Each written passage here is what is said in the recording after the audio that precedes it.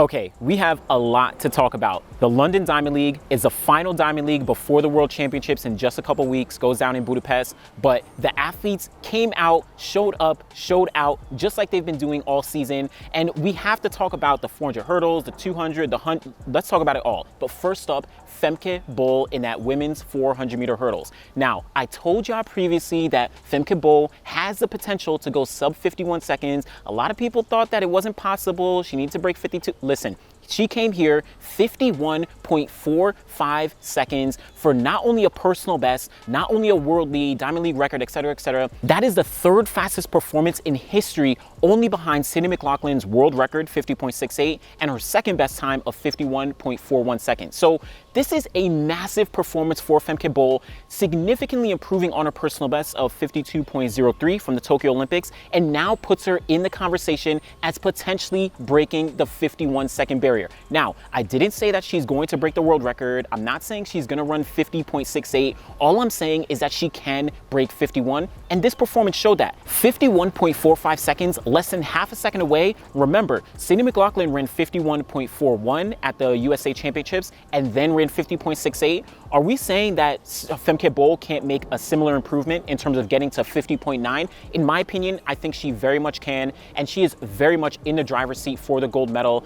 I think that she is not going to be touched, and she's making the right decision. Don't even worry about the 400, right? Get her gold medal. And this is not a fake gold medal or anything like that. She's proving that she is super dominant. Femke Bol, 51.45 seconds, amazing performance. I'm really looking forward to seeing what she's gonna do in Budapest in just a couple weeks' time. Next, the men's 200-meter dash. Now, this race surprised, I think, a lot of people considering what actually unfolded. Noah Lyles got the win. He had some pressure through the race, 19.47 seconds, a huge world lead, his third fastest performance of his career, one of the fastest times in history. I think this gives him the 10th fastest performance in history as well. Noah Lyles is in the driver's seat of the 200. He's really been pushing the pace, but he felt a lot of pressure just behind him. Tebogo, 19.50 seconds, a huge personal best, improving his 19.87. And I know people said, oh, I want to see him doing outside of altitude. Guess what? He's in London, not at altitude, great competition.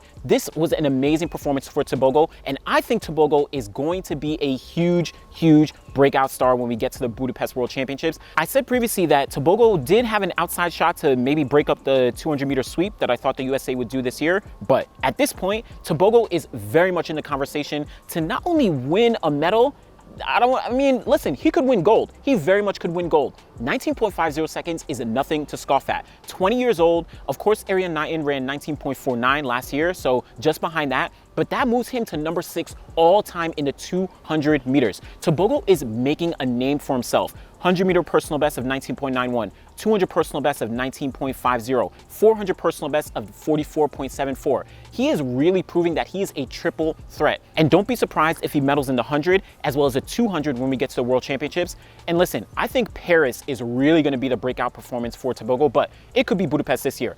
Let me talk about behind him. Zarnell Hughes, British record, 19.73 seconds. We saw him run that exact time, I think, at the British Championships, but it was slightly wind dated. Well, he got pulled to it by Noah Lyles and by Tebogo here. Tebogo actually ran down Hughes. Hughes was just on Lyles' back, coming off the turn, but this is a really good performance for Zarnell Hughes. He also enters himself into the conversation when we're talking about 200-meter medals. He, of course, is in that 100-meter medal conversation as that's a lot more wide open, but at this point, I still, of course, have Noah Lyles as the 200-meter favorite. He's showing that no matter who's in the race, he's going to be able to perform. Remember last year, USA Championships, Lyles versus Knighton, right? Super close. Lyles turned up at World Championships. Here we have again, Lyles versus Tebogo and Hughes. Listen, Lyles is going to be able to turn up. I think he's still going to be the gold medal favorite. He's beating everyone.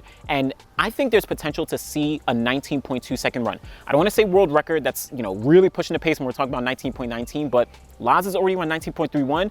It's not surprising to see Tebogo push towards the 19.4s, 19.3s, and then Lyles gets pushed towards the 19.2s. Who knows? But definitely, this was probably my favorite performance of this entire competition in London. 19.50 for Tebogo. He is the future across all sprint events. Do not sleep on Tebogo. But we need to talk about the women's 100-meter dash. Now, unfortunately, Sha'Carri Richardson pulled out of the meet at the last minute. Not exactly sure why. I'm not sure if there's a statement that came out. But regardless, we still had a high-quality race. Marie-Josée Talou, 10.75 seconds, equaling her season's best, equaling her second fastest time of her entire career. She's been out for a couple races. She actually pulled out of some races, but she has not lost a step. 10.75 shows that she is very much in that mix, along with Sha'Carri, along with Sharika, along with Shelly-Ann, who just ran 10.82 earlier in the week, and then of course 10.83 yesterday. So she is very much getting back into form. I think she's going to be ready to run 10.7s and 10.6s when we get to World Championships.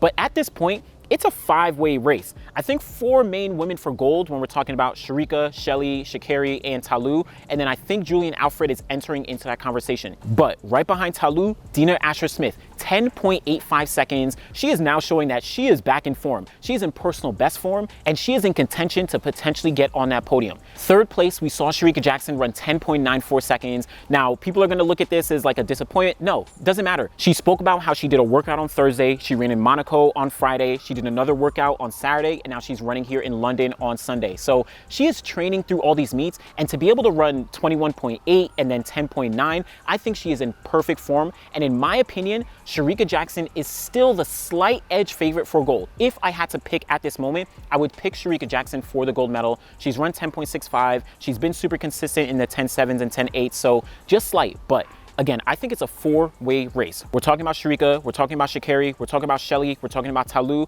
and then of course, in the fifth place, probably Alfred, but she could also step things up. If we're talking about the women's 100 meters right now, is it crazy to think that someone could run 10.69 seconds and only get fourth place? Again, Shericka, Sha'Carri, Ta Lou, Shelly-Ann, right? All of them are capable of running 10.6 or faster. And then you could see Julian Alfred, you could see Dina Asher-Smith, they could run 10.7s and then end up getting fifth or sixth, which would be wild.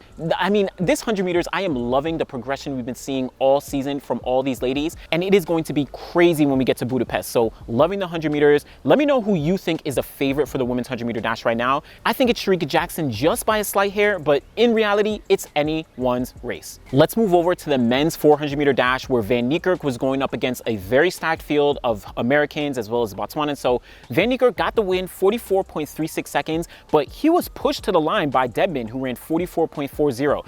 Just behind them, Norwood, 44.46, and then Hudson Smith, he's been off for a little bit, 44.72 seconds. He got the bronze medal last year at the World Championships. What I think this shows, though, is that Stephen Gardner is a favorite in the 400. 43.75 seconds just a couple days ago in Hungary. Van Niekerk, I still think he's, the clear number two, despite getting pushed here, but we're going to see a lot of guys really in that mix. Again, Dedman, check out the video I just did highlighting Dedman and how he's really had some great progress in the 400 meters. For him to get second place here, pushing Wade Van Niekerk, I think this bodes very well for his potential to get on the podium. But it is a very, very open field. I think still, of course, behind Stephen Gardner, and then just think behind Wade Van Niekerk. Of course, we're not sure exactly where Karani James is at. He unfortunately lost his coach, Harvey Glantz, a couple months ago. So no wonder what his status is, but he can come through and drop something crazy when we get to World Championships. But I love this men's 400 meter dash. Again, Stephen Gardner is still my favorite, but Wade Van Niekerk here, really a solid second place. And then all the guys behind him, Bryce Dedman, Vernon Norwood, Ndori. So a lot of guys, Samakonga, they are in the mix. Loving that men's 400. Over to the men's 110 meter hurdles. This was supposed to be Grant Holloway versus all the Jamaicans. Hansel Parchment, he was in the race. Unfortunately, I think Broadbell had to pull out, but this was a good race. Grant Holloway got the win, 13.01 seconds. He was actually pushed to the line a little bit by Izumiya from Japan, who ran 13.06 seconds, just off his personal best of 13.04. So this is a really, really great competition that we saw. Grant Holloway, it looks like he's in the driver's seat when we're talking about the 110 meter hurdles right now because of his consistency, his undefeated streak, but don't sleep on some of the other guys, right? You have, of course, Jamal Britt, finished third place here, 13.25. We also have Parchment, 13.26. Britt is not going to be going to the World Championships, but Parchment, he, of course, is a championship performer, 2015, 2021. So we're going to see what he's able to do. And then, of course, Broadbell, he is going to be in the mix when we get to the World Championships. He still has a world lead at 12.94 seconds. Daniel Roberts, I think he unfortunately pulled out of the race, so we didn't get to see what he's going to be able to do here, but he's going to be in Budapest. Very much looking forward to the men's 110 meter hurdles. Now let's move over to the field events with that men's high jump. Javon Harrison got the win here in a tight competition with Barshim, 2.35 meters to get the win in a season's best, just 1 centimeter below his personal best of 2.36 meters, which he set just a couple years back. Javon Harrison is very much in the mix for a gold medal here. He's kind of been on a roll throughout the season, making progress, getting higher and higher in terms of those heights. And for him to get the win here over Barshim, who's also been doing well, Barshim Barshim actually owns the world lead at 2.36 meters, which I think they jumped in Silesia at the Silesia Diamond League. So Barshim, he finished second place in 2.33 meters. Great competition. Javon Harrison really coming into his own and really showing that he's not just competitive, he's going for a gold medal. I think a lot of these guys are really going to step things up when they get to Budapest, and do not be surprised if we see 2.40 meters when we get to Budapest later on, right? Even farther, we've seen Barshim jump, what, 2.45 meters back in 2013, so I really think that he's going to be able to step things up, and between all these guys, they're going to be putting down some amazing marks. So we're definitely going to see what happens when we get to Budapest in a couple weeks' time. Finally, the women's long jump. Now, we spoke about what they did on Friday in Monaco when Iapicino managed to get the win there in a personal best. Well, here in London, Quanisha Burks, she showed up and showed out. 6.98 meters for a personal best and a win, a big win. I think this is her first win over Tara Davis-Woodhall, but Davis-Woodhall, she actually finished third place in 6.72 meters, just behind Brooke from Australia. I apologize, I can't pronounce her last name, but she finished second place in 6.72 meters. This is a great performance for Quanisha Burks here, getting a personal best, getting a win over a pretty strong field. But what this shows to me is that behind Iapicino,